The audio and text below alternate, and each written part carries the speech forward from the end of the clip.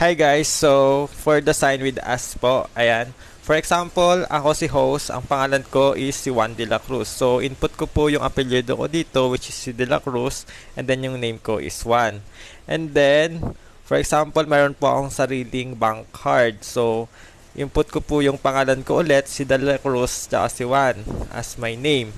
So, as you can see, dito sa upload natin, walang lumalabas na entrusted payment certificate since meron po akong sariling bank card. Dun sa bank card ko, dapat pag mag-upload kayo, kailangan malinaw na nakikita yung name.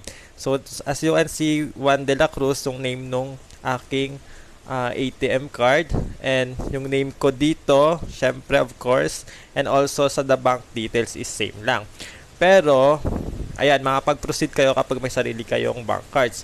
But, if you don't have any bank cards, for example, ikaw si host, ang pangalan mo is si uh, Gomez.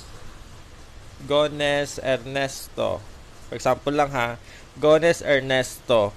Lalabas po dito yung entrusted payment certificate since yung iyong bank card is si Juan de la Cruz which is nanghiram ka lang. So, ano nga ba yung ilalagay natin sa entrusted payment certificate if nakihiram ka lang po ng bank cards? So, ang ilalagay natin dyan is magsulat lang kayo if pwede kayong mag-print or isulat ninyo sa papel na si Juan de la Cruz pinapayagan niya na hiramin yung kanyang bank cards si host na si Ernesto Gones. Ayan. So, lalabas yan guys kapag hindi po kayo nag-upload ng sarili nyong bank card. Kapag gumamit kayo ng sariling bank card, lalabas po itong entrusted payment certificate. So, uulitin ko. For example, may sarili akong bank card, De La Cruz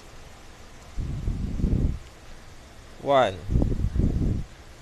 O, diba, hindi lumalabas yung entrusted payment certificate kasi may sarili ako. Pero once na wala pong mga bank cards yung mga host ninyo, ayan, so, iba yung name na nandun sa ATM card, lalabas po yung entrusted. So, ganun lang po gagawin nyo. Mag-upload po kayo ng picture or written contract na nag-a-allow si hiniraman nila na ATM card